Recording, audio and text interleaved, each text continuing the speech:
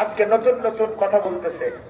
আগে বলতো আল্লাহর ধন খাজাকে দিয়া আল্লাহ গেছে গায়েব হইয়া, আর এখন এসে বলতেছে আল্লাহর ধন নবীকে গিয়া আল্লাহ গেছে গায়েব হইয়া, নবীর ধন খাজাকে দিয়া নবীও গেছে গায়েব হইয়া, কেউ ফেরে না খালি হাতে খাজারে তোর দরবারে। আপনারা নাউজুবিল্লাহ বললেন না যে? আপনারা ওই গ্রুপের লোক নাকি? হ্যাঁ, একটু জোরে বলেন নাউজুবিল্লাহ। আজকে আমার মেসেজ কয়টা ভাইজান? দুইটা। এখন শুরু হচ্ছে তাফসীর কোরআন কারীম থেকে। আমার তো তাফসীর করার কোনো যোগ্যতা নেই, তবে যেহেতু তাফসীর মাহফিল দিয়েছেন নাম, আমাকে কিছু কাজ করতে হবে, ঠিক না ঠিক? ওনাদের করা তাফসীর শুধু আপনাদের সামনে আমি রিলে করে সম্প্রচার করে শুনিয়ে দিব ইনশাআল্লাহ। আমি আল্লাহ পাকের সেই কথা এখন আবার আপনাদেরকে নিয়ে তেলাওয়াত করছি। সবাই পড়েন আউযু বিল্লাহি মিনাশ শাইতানির রাজীম বিসমিল্লাহির রাহমানির রহিম وقضى ربك ألا تعبدوا إلا إياه وبالوالدين إحسانا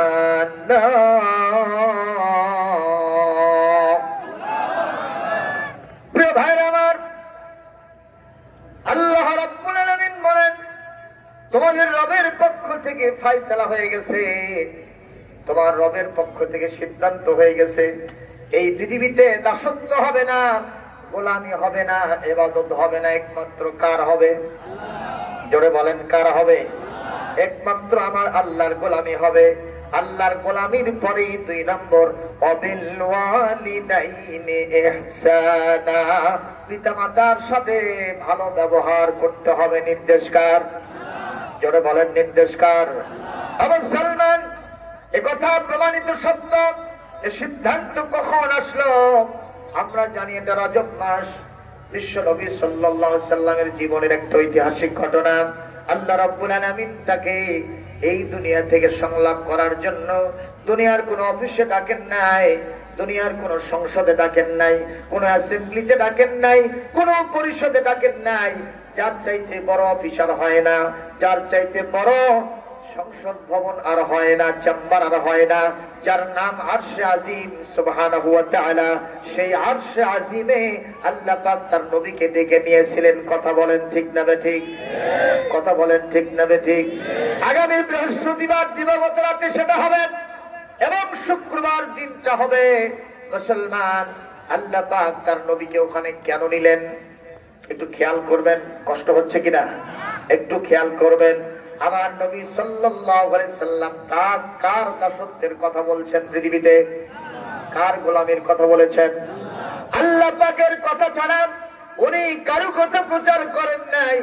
কিন্তু যারা আল্লাহ বিরোধী শক্তি আমার নবীকে সহ্য করতে পারে নাই, আমার নবীকে মেরে মেরে তার চামড়া উঠায় ফেলেছে, আমার নবীর দান্দান মোবারক শহীদ করেছে, 1 নয় 2 নয় 3 বছর ধরে শিয়াবে আবু তালিবে নামক একটা ওই রুদ্ধ কারাগারের মতোই ওই পাহাড়ের পাদদেশে গিরিপথে বিশ্ব নবীকে আটকায় রেখেছেন। ওই কারাগারে বিশ্ব নবী অনাহারে, আপনার অর্ধাহারে অনাহারে দিন কাটাইছেন।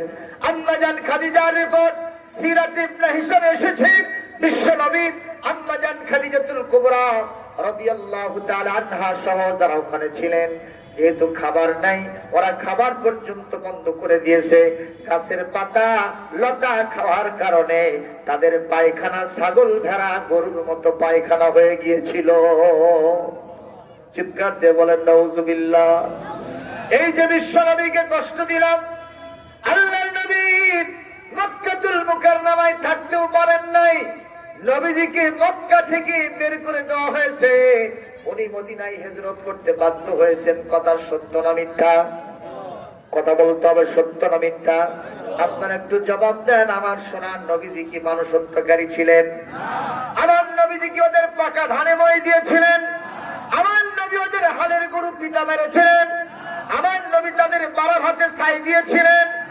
আমার নবীর কি দোষ ছিল? তাহলে নবীর একটাই দোষ, আতাকতুলুনা রাজুলান আইয়াকুলা রাব্বিয়াল্লাহ।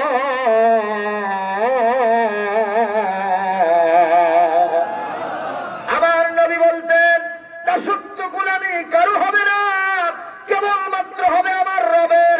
সেই রবের নাম কি জোরে বলেন, আরো জোরে বলেন। একজন কবিও বলেছে আমার আপনার রবের নাম কে, জোরে বলেন। আল্লাহ আমার রব, এই রবি আমার সব। একজন চুপ থাকবেন না। আল্লাহর মহব্বতে গান গাইলে সব না গুনাহ? বলেন আল্লাহ আমার রব, এই রবি আমার সব। আল্লাহ আমার রব, এই রবি আমার সব। দমে দমে তনু মনে তারি অনুভব। আল্লাহ আমার রব, এই রবি আমার সব। আল কোরআনের পথ, এই পথই আসল পথ। তোমার দুনিয়াতে আমি যেদিকে তাকাই, অথই নিয়ামতে ডুবে আছি সবাই। পাখ পাখালির গানে শুনি তসবিহ কলো রব, তসবিহ কলো রব। আল্লাহ আমার রব, আল্লাহ আমার রব। দামে দামে তনু মনে তারি অনুভব। আল্লাহ আমার রব, আল কোরআনের পথ, এই পথই আসল পথ। অন্য পথে অন্য মতে নেই যে রহমত। আল্লাহ আমার রব, এই রবি আমার সব। কিছুই বললেন না, দুই চারজন মিলে একটু মারহাবা দিলেন। সবাই মিলে একটু জোরে সোরে মারহাবা দিলে গুনাহ হবে? গুনাহ হবে? চলচ্চিত্র জগতের এই সমস্ত অভিনেতা অভিনেত্রীরা সেখানে যদি গাইতো, যুবকেরা পকেটের 500,000-এর করকরা নোট পায়ের নিচে ফেলে দিত। কথা কয় না? আর বলতো ওয়ান মোর, আরো চাই, আরো চাই। চরিত্রের পানি বার করতো, জাহান্নামের খোরাক করে ফেলতো। জনগণ ঠিক কিনা? আর আমি কোরআনের নামে আল্লাহর নামে গান গাইছি। মুসলমান জোরে সরে দলমত নির্বিশেষে বলতে হবে মারহাবা, আরো জোরে মারহাবা, লিল্লাহি তাকবীর। জবাব দেন আমাদের রবের নাম কি? সেই রবের জন্য দাওয়াতি কাজ করেছেন আমার নবীজি, ঠিক না ঠিক? এটাই নবীর দোষ। এটা কি আসলে দোষ? বলে এটা কি দোষ? এই যে আমরা যে আল্লাহর গোলাম সেজেছি, গোলাম এখানে বসেছি, যদি কেউ আমাদেরকে দোষী বলে আর এই দোষের কারণে আমাদের কেউ শাস্তি দেয়, আমরা ভয়ে পালায় বাড়িতে যে ঘুম পারবো নাকি? পারবো? দোষ দিলে দিতে পারে। আমরা নিজের অন্তরের দিক থেকে ফ্রেশ আছি, পরিষ্কার আছি, আমরা আল্লাহর গোলামিতে আছি। দোষ যদি দাও, আমাদেরকে যদি ফাঁসির কাস্টেও ঝুলায় দাও, তাও আমরা বরণ করে নিব। আল্লাহর গোলামি এক মুহূর্তের জন্য ছেড়ে দিব না, দিব না, দিব না। ঠিক কিনা ভাইজান? এই কারণে আল্লাহর নবীকে তারা বের করে দিল। নিজের জন্মভূমি পরিত্যাগ করা, এটা কি সোজা কথা? এটা কি আনন্দের কথা না দুঃখের কথা? ধরে বলেন। নবীজির মনে দুঃখ। কিছুদিনের ব্যবধানে আল্লাহর নবীর একান্ত আশ্রয় দাতা, তারা কোন চাচা আবু তালিব দুনিয়া থেকে বিদায় হয়ে চলে গেলেন। নবীকে আশ্রয় দেওয়ার মতো আর কেউ নাই। তারপরে আবার বিশ্ব নবীর একান্ত সাথী, তার স্ত্রী, প্রথমা স্ত্রীর নাম হলো মা খাদিজাতুত তাহেরা রাদিয়াল্লাহু তাআলা আনহা, তিনিও জমিন থেকে বিদায় হয়ে চলে গেলেন।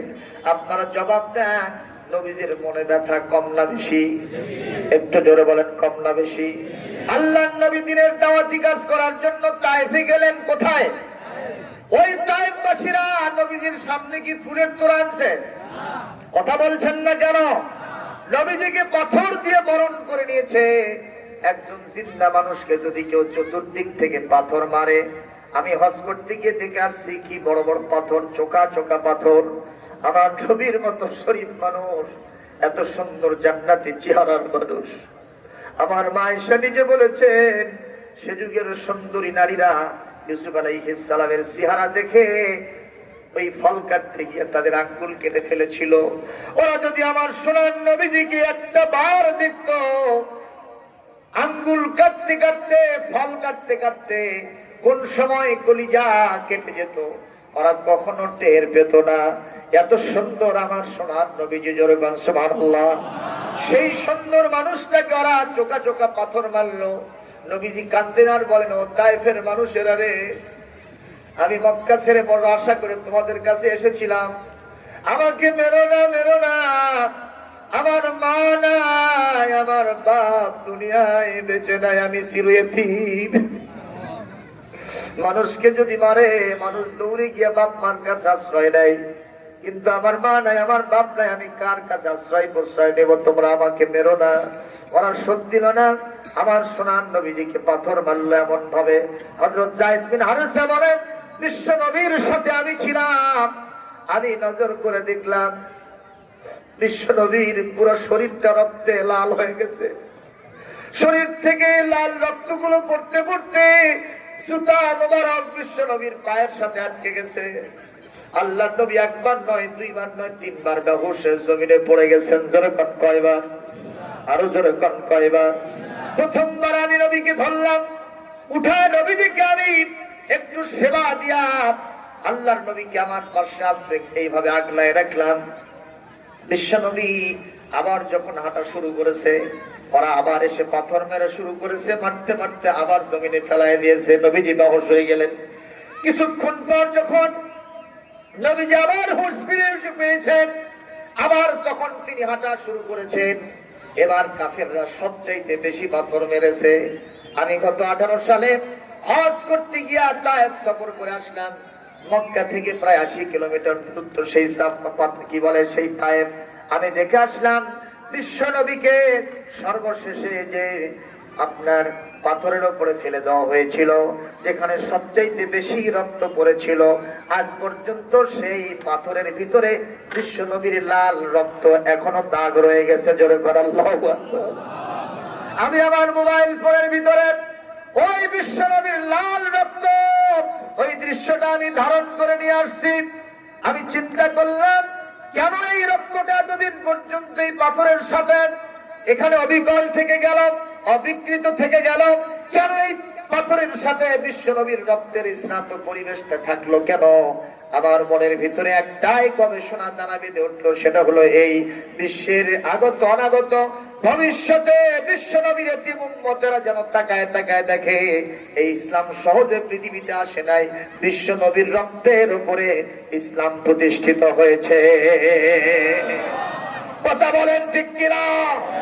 আজকে বিশ্ব নবীর জান্নাত মোবারক শহীদ করার রাসূলুল্লাহর রক্ত দিয়ে ইসলাম নিয়ে যদি কেউ সিনেমিনি খেলেন, আমরা কি তাদেরকে সোজা গায়ে শোধ দেব? আপনারা বলেন, এতগুলো মানুষকে হারায়া তায়েফের কাছ থেকে পেটন খেয়ে নবীজি এসেছেন, একটু জবাব দেন, সোনার নবীজির কলিজার মধ্যে ব্যথা কম না বেশি? একটু জোরে বলেন। এই পৃথিবীতে যদি কোনো মানুষ, কোন দলের নেতা নেত্রী, কোন দলের কর্মী যদি আহত হয়, বিরোধী দল কর্তৃক আক্রান্ত হয়ে ওই দলের যিনি প্রধান থাকে সে হাসপাতালে সান্ত্বনা দেয় কিনা? কথা বলে না, যায় কিনা? হাসপাতালে দেখতে যায় কি যায় না? যদি কোনো বাড়িতে আগুন লেগে সব পুরো ছারখার হয়, লোকটার কিছুই থাকে না, ওই লোকটাকে সান্ত্বনা দেওয়ার জন্য অনেকেই তার পাশে এসে দাঁড়ায় কিনা? কিন্তু আমার সোনার নবীজির পাশে আজকে কে দাঁড়াবেন? কেউ নাই। কিন্তু একটা কথা সকলেই জেনে নেন, বুঝে নেন, নবীর পাশে কেউ দাঁড়ায় নাই। স্বয়ং আরশের মালিক, কাবার মালিক, আসমান জমিনের একচ্ছত্র মালিক, নামটা কি? আল্লাহ পাক নবীকে বলেন, নবী রে, দুনিয়ার কোন নেতা নেত্রী, আত্মীয় স্বজন এসে আপনাকে সান্ত্বনার বাণী শোনাক, এটা আমি চাই না, এটা আমার দরকার নেই। আমি আপনার সান্ত্বনার বাণী শোনানোর জন্য, আপনাকে আমি ধৈর্য ধারণ করার জন্য, আপনাকে আমি সুন্দর শুভ সংবাদ দেওয়ার জন্য দুনিয়ার কোন অফিসে ডাকবো না, কোন সংসদে ডাকবো না। যার চাইতে শ্রেষ্ঠ অফিস হয় না, যার চাইতে উঁচু আসন হয় না, সে আরশে আজিমে ডেকে নিয়া আমি মেরাজের রাত্রিতে আপনাকে সান্ত্বনার বাণী শোনাইয়া দিব। চিৎকার দিয়ে বলেন আল্লাহু আকবার। মিরাজে যাওয়ার যে ঘটনা বলি এগুলো একটাও বলবো না, শুধুমাত্র বলবো ওই রাত্রিতে আল্লাহ পাক তার নবীকে ডেকে নিয়ে যতগুলো সান্ত্বনার বাণী শুনাইছিলেন তার সর্বপ্রথম বাণীটা ছিল ওয়াকাদা রাব্বুকা আল্লা তা'বুদু ইল্লা ইয়্যা। এ নবী এত মার খেয়েছেন, এত নির্যাতন সহ্য করেছেন, এত আঘাত সহ্য করেছেন, তারপরে আপনার প্রতি আমার ফাইনাল ডিসিশন হলো দাসত্ব ইবাদত গোলামি কারোই হবে না। মার খেতে খেতে জীবন যাবে, তারপরেও আমার গোলামি করতে হবে। যেরকম ঠিক কিনা? আর গোলামি হবে আরো জোরে বলেন আল্লাহর গোলামি ছাড়া ওই চাঁদের গোলামি, সূর্যের গোলামি, সূর্যের গোলামি, ওই নক্ষত্রের গোলামি, ওই গাছ পাথরের গোলামি, ওই সমস্ত মূর্তির গোলামি করার কোন সুযোগ। আমাদের দেশে একটা কথা আছে, ওই উৎসব যার যার, কি বলে, ধর্ম যার যার, উৎসব সব সবার, ধর্ম যার যার, উৎসব সবার। এটা কি কখনো হয়? যদি এটা হয় তাহলে বলবো চাকরি যার যার, বেতন সবার হবে, গাছ যার যার, ফল সবার, ক্ষেত যার যার, ফসল সবার।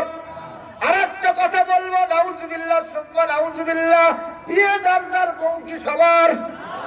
জোরে কোন হবে? এগুলো যেমন সাজে না মানে না। ধর্ম যার যার, উৎসব সবার নয়, বলতে হবে ধর্ম যার যার, উৎসব তার তার। এ কথার পক্ষে আপনারা আছেন? আছেন? আমার হিন্দু ভাইদের যে পূজা পার্বণ আছে সেগুলোতে আমাদের যাওয়ার কোনো সুযোগ। কিন্তু আপনি কি জানেন ওরা কোনোদিন আমাদের এই মাহফিলে এসে বসে? ওরা কোনোদিন আমাদের বিয়ের অনুষ্ঠানে যায়? ওরা কোনোদিন আমাদের ঈদের অনুষ্ঠানে যায়? যায় না।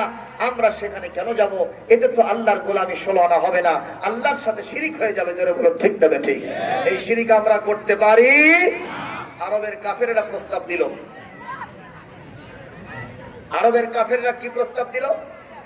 প্রস্তাব দিল যে মুহাম্মদ, তুমি যেহেতু ছাড়বানা তোমার রবের দাসত্ব গোলামির জন্য ডাকতেছো, একটা বছর তোমার রবের দাসত্ব গোলামি করব, আর আরেকটা বছর তুমি আমাদের লাখ মানত পূজা হবলের পূজা করবা। নবী মানছেন নাকি? জোরে বলেন।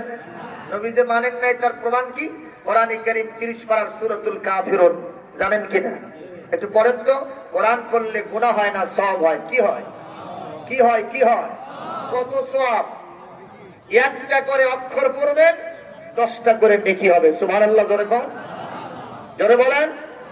কিন্তু যদি পড়েন এ বি সি ডি 26টা অক্ষর পড়ে ফেললেন, কতগুলো নেকি হয়েছে? হয়েছে? ক খ গ খ যতই পড়েন না কেন, সুর করে পড়েন, মাখরাজ করে পড়েন, সাইজ করে পড়েন, যেভাবে গ্রামার দিয়ে পড়েন, কয়টা নেকি হবে? কথা বলেন। কিন্তু বিশ্বনবী বলেছেন আলিফ লাম মিম লাকুল হরফুন ওয়াহিদুন। আলিফ লাম মিম এই তিনটা আমি একটা অক্ষর বলি না, তিনটা হরফ। যখন ঈমানের সাথে পড়বা 3 × 10 = 30টা নেকি তোমার নামায়ে আমলে জমা করে দিবেন কে? সুবহানাল্লাহ। জোরে কোন। এই জন্য ছোট্ট ছোট্ট সোনামণিরা আজকে জিকির তুলছে, মাগো আমি পড়বো না আর হাট্টি মাটিম টিম, কোথায় গেলে পাবো আমি আলিফ লাম মিম। একটা করে অক্ষরে মা 10টা করে নেকি, সকল পড়া ছেড়ে দিয়া কোরআন হাদিস শিখি। জোরে বলি আল্লাহু আকবার। মুসলমান, আমি একটা কথা বলবো, এই যে শীতের সিজন গেল, আমরা রাতের বেলায় যে ভাতটা রাখতাম, পানি দিতাম না, ওই ভাতকে আপনাদের গাজীপুরে কি ভাত কয়? করকরা না গড়গড়া? কি করা? কি করকরা? করকরা ভাত না নাকি গড়গড়া? করকরা, ঠিক না? আমাদের বগুড়াও করকরা কয়। এখন এই করকরা ভাতটা পরের দিন সকালবেলা আমরা 2টা সিস্টেমে খাই, ঠিক না? কি কি? একটা হলো কাঁচা মরিচ, ওখানে হলুদ আর পেঁয়াজ দিয়ে সুন্দর করে ভেজে সুন্দর করে একটা তেলানি দিয়ে খাওয়া হয়, বোঝেন কিনা? যদি নারকেল মাছের, ইসা মাছের পুরপুরি হয়, আর পিঠ মুখে রোদ দিয়ে যদি বসা যায়, তো শ্বশুর বাড়ির খাওয়া ফেল, ঠিক না ভাই? এটা একটা খাবার। 2 নম্বর হচ্ছে এই ভাতটাকে আমরা সকালবেলা কাঁচা পেঁয়াজ, কাঁচা রসুন আর হলো শুকনো মরিচ, এটা দিয়ে সুন্দর করে মাখায় খাই, খাই না? খাই কিনা বলেন? আচ্ছা, এই যেটা খাইলেন, খাওয়ার পরে আপনি পান্তার বেলে আবার খাইছেন চা, আপনি খেয়েছেন দুপুর বেলায় আবার লাঞ্চ সেরেছেন, এরপরে বিকেল বেলায় চা খাইছেন, নাস্তা করেছেন, রাতের বেলা ডিনার সেরেছেন। রাত্রি ঠিক যখন 11টার সময় ওয়াইফ এন্ড হাজব্যান্ড একটা বেডে ঘুমাতে গেছেন, হঠাৎ করে একটা ঢেকুশ বের হলো। জবাব দেন, ওই ঢেকুশের মধ্য দিয়ে কোন গন্ধ আসছে? ওই যে সকালবেলা করকরা মাখাইছিলেন পেঁয়াজ আর রসুন দিয়া, ওই গন্ধ নাক দিয়ে আসছে। বোঝেন না? বুঝি, ঠিক না ভাইজান? সুতরাং এখান থেকে আমি কি বোঝাতে চাই, যেই ছোট্ট বাচ্চাটাকে আপনি তার জীবনের স্টার্টিং পয়েন্টে, তার জীবনের শুরু লগ্নে, উষা লগ্নে তার মুখে যদি আপনি কোরআনে কারীমটাকে উঠায় দিতে পারেন, এ সন্তান একদিন ডিসি হবে, এসপি হবে, পদস্থ কর্মকর্তা হবে, ওই সেক্রেটারিয়েট সদস্য হবে, ক্যাবিনেট মিনিস্টার হবে, প্রাইম মিনিস্টার, প্রেসিডেন্ট হবে, আর্মিদের জেনারেল হবে, অথবা বিজিবিদের মহাপরিচালক হবে, পুলিশের ইন্সপেক্টর জেনারেল হবে। মাঝে মধ্যে তার অফিসারদেরকে নিয়ে, অধীনস্থদেরকে নিয়ে মিটিং করবে, মাঝে মধ্যে একটা করে ঢেকুশ বের হবে, সেই ঢেকুশের নাম হলো আল কোরআনের ঢেকুশ। জোরে কোন ঠিক কিনা? এই জন্য আজকে ফাইনাল ডিসিশন হোক, আমার কলিজার ধন সন্তানকে যদি মনের মতো দেখতে চাই, পেতে চাই, তাকে কোরআন কারীমের সবক দিতে হবে। রাজি আছি আমরা? কারা কারা আছেন একটু হাত তুলে আল্লাহকে